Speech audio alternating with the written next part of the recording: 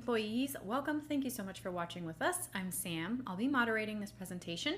As you watch the webinar today, you're going to see some links popping up above our heads. Those will be from me. Click directly on those links. They're going to guide you over to our website. Book an appointment with one of our AT&T focused advisors. You can also take advantage of many blogs we have available for AT&T employees and retirees. You can also follow us over on YouTube, and if you have a LinkedIn, please consider connecting with us over on LinkedIn. Today you're going to be hearing from Michael Corgett. Michael is one of our very knowledgeable AT&T focused advisors, and he's here today to give you a really great overview of how to retire from AT&T and transition out of the company with purpose. There are many factors that go into that, so keep listening for his very educated words. And before I bring Michael on, I would like to just very quickly remind you that we are not affiliated nor endorsed whatsoever by AT&T. We are a completely independent group of financial advisors, so please keep that in mind as you're listening along today. And without further ado, we're going to jump right into it now with Michael Corgett. Welcome everyone to today's presentation. My name is Michael Corgett, Senior Advisor here at the Retirement Groups and Wealth Enhancement Group. Today's conversation is going to be interesting, retiring on purpose, with purpose, just some really good information. We'll start out with a checklist, talk about pension benefits, significant impacts that inflations can have on our retirement, and a little bit about 401ks and some of the updates that were part of the One Big Beautiful Bill, and then some thoughts on how we approach working with our clients and how we can help you in the future. So let's go ahead and dive right in. The retirement planning checklist. All of these are important. Probably the most important is how you feel. Are you comfortable? Are you emotionally ready to be considering retirement, especially if it's in the near term versus 5 or 10 years from now? Decreasing your overall risk and the volatility in your portfolio. This is very important, especially the closer that you get to retirement. Increasing and maximizing your retirement income, well, that's something certainly that any advisory firm like ours can help you with, along with decreasing taxes and penalties. They go sort of hand in hand, doing it smartly, and then bottom line, developing an investment and financial planning process and philosophy that makes sense to your specific situation, which is the most important thing to me as any advisor. It should be. Understanding the key changes we're going to talk about today, understanding your pension benefits and how is your pension determined, the impact that inflation is going to have on your retirement income and your investments, both real and not so real, talking about the 401ks, as I've talked about, and then steering clear of some of the mistakes that retirees can make in their overall retirement planning. There are 4 key sources of retirement income, okay? Social Security is something that everyone is counting on. Obviously, there are concerns about Social Security, but for this discussion, Social Security is one of the legs of that 4-legged stool. We like to call it retirement planning stool. Pensions. A lot of the people that we talk to still do have pensions, but many people don't. So a pension is an important leg in the stool as well. What you do for yourself in your 401k and other investments may be the strongest and the most important leg in that stool.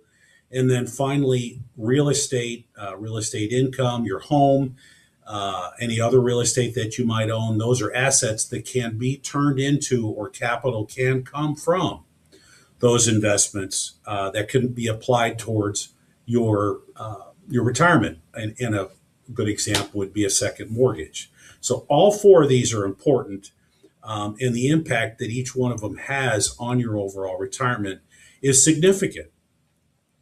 Understand your pension benefits.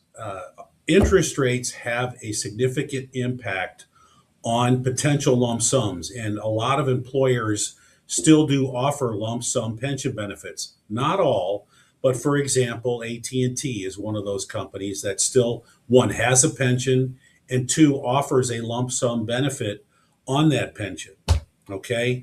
If interest rates go down, pension benefits go up, and vice versa. If interest rates go up, pension benefits are going to go down. And interest rates have gotten fairly high here recently. And this table which is what we like to call the three-tiered segmented interest rates, has gone up significantly, but it has gone down over the last couple of years. 2023 was probably the worst year.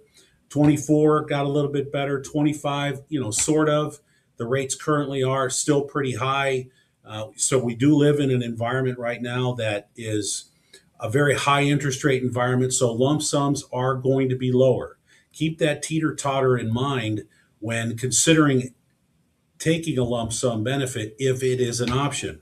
You may want to take the monthly pension benefit because it might produce more guaranteed lifetime income for you and or your spouse versus taking a smaller lump sum and trying to invest it and generating a similar amount of income.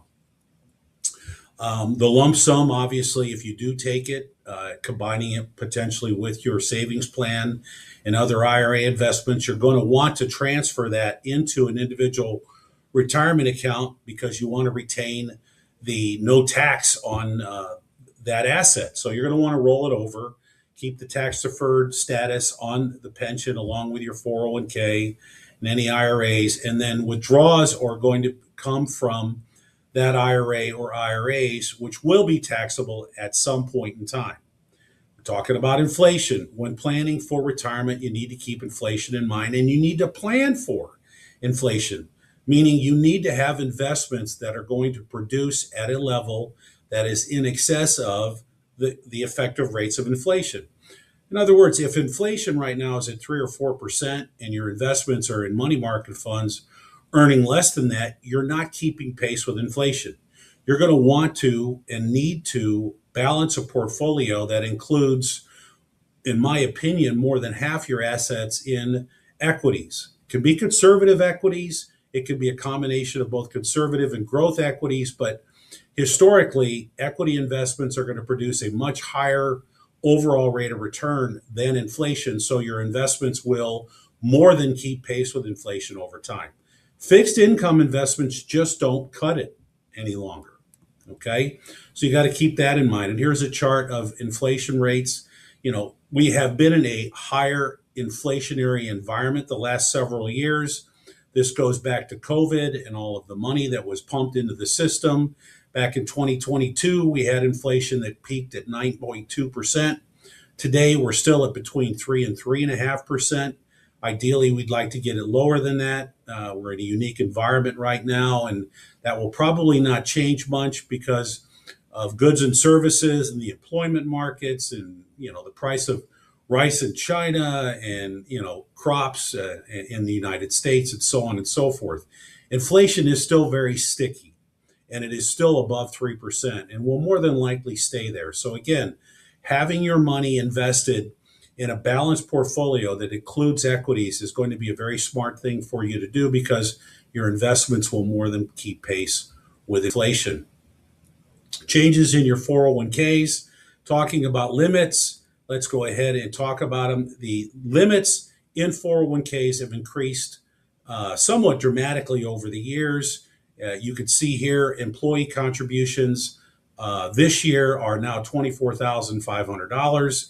And there is a catch-up contribution for anyone that is over the age of 50. So you can see you could contribute upwards of $32,500 if you're over 50. If you happen to be in this small window between 60 and 63, right now your catch-up contribution is even higher. But 64 and above, again, your catch-up contribution of $8,000 allows you to contribute more than $32,000 to your 401k.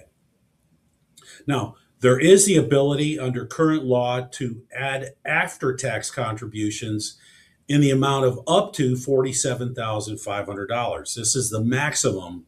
We call these spillover contributions, and they are after-tax contributions. You can, again, payroll deduct this larger sum of money if you have the ability to do it, and then roll over on an annual basis that spillover contribution into a Roth IRA. Roth IRA limits are much smaller than this, so you can, if you have the ability to, take a lot more money from your paycheck, put it into your 401k after tax, and then annually roll it out into a Roth IRA and get that tax-free growth for the rest of that investment's life. There are some special tax situations that allow you to avoid the 10% penalty: medical expenses, health insurance costs, disability.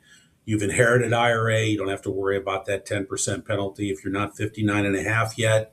You've got the life expectancy rules, rule of 72T and the rule of 55. Both make sense and can be unique to your own situation: qualified higher education, first-time home purchase, and so on. So these are some of the exceptions to the 10% penalty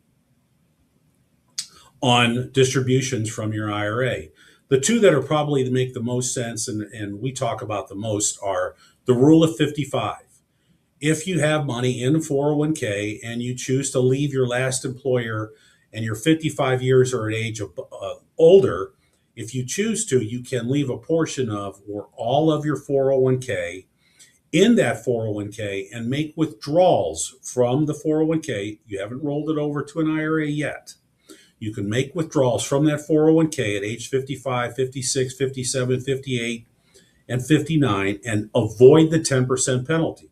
That 10% penalty only applies to IRAs at a withdrawal rate age of 59 and a half. So rule of 72 is another method to where even if you're not 55, let's say you're 52 or 53, you can gain access to your IRA assets. You just have to do it a special way.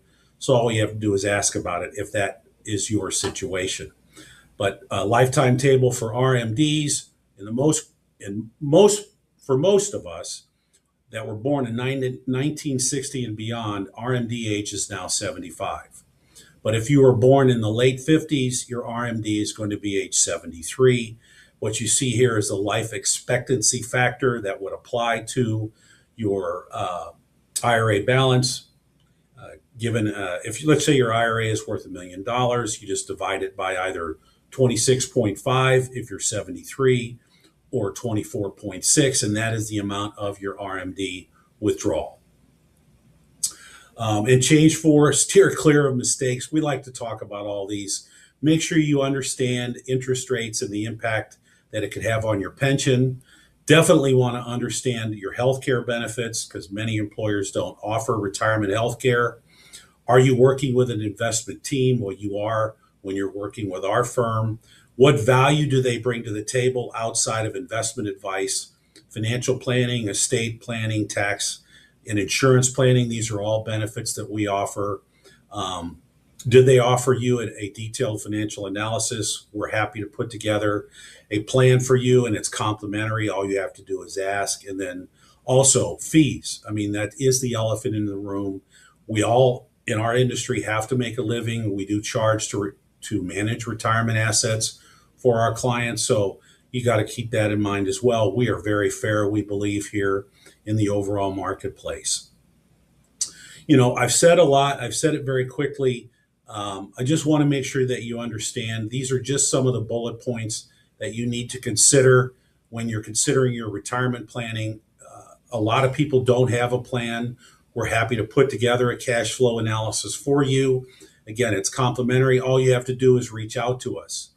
Why you might want to consider our firm? Well, again, we're a team. We've got offices nationwide.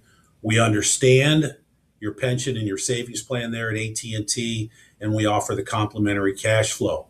If you'd like to talk to us, give us a call at 1-800-900-5867. You can scan the QR code here on the left and schedule a meeting with myself or one of my colleagues. You can scan the code on the right and follow us on our LinkedIn page.